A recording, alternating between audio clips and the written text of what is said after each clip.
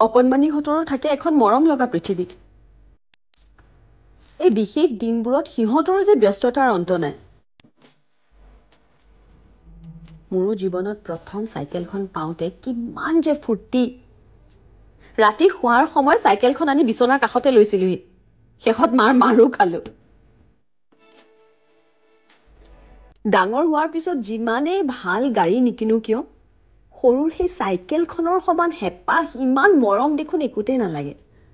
তাইৰো হেঁপাহখিনি আজি এনেকৈয়ে সাঁচি থলো।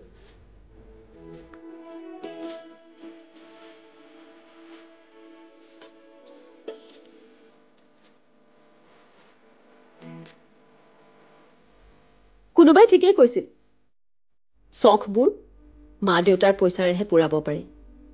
নিজে উপাৰ্জন কৰাৰ পিছত কেৱল দায়িত্বহে পূৰণ কৰা হয়। বিশ্বকৰ্মা পূজাভাগ সকলোৰে সুকলমে পাৰ হওক।